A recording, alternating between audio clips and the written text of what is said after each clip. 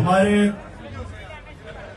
पहले अली जैदी को, अली मीम को सोशल मीडिया के हमारे नौजवानों जिसमें आता है एक है, उनको उठाया।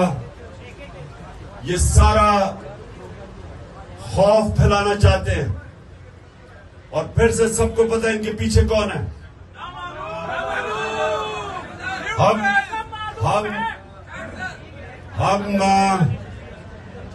पहले तो अली मीम को मैं दाद देता हूं, दिलेर आदमी है। इतने सब्र से और इतनी दिलेरी से उसने जो भी कोशिश की इन्होंने उसको जलील करने की, एक दिलेर आदमी की तरह वो खड़ा रहा, चट्टान की तरह। और मैं इंसानों को पैगाम पहुंचाना चाहता हूं जो ये समझ रहे हैं कि ये खौफ फैला के और ये जेलों में लोगों को डाल के, जो ये समझ रहे हैं कि इससे ये जो हकीकी आजादी का जज्बा है ये खत्म हो जाएगा या कम हो जाएगा, मैं उनको पैगाम देना चाहता हूं कि आपसे ज्यादा अहमक और बेवकूफ लोग हैं ही नहीं।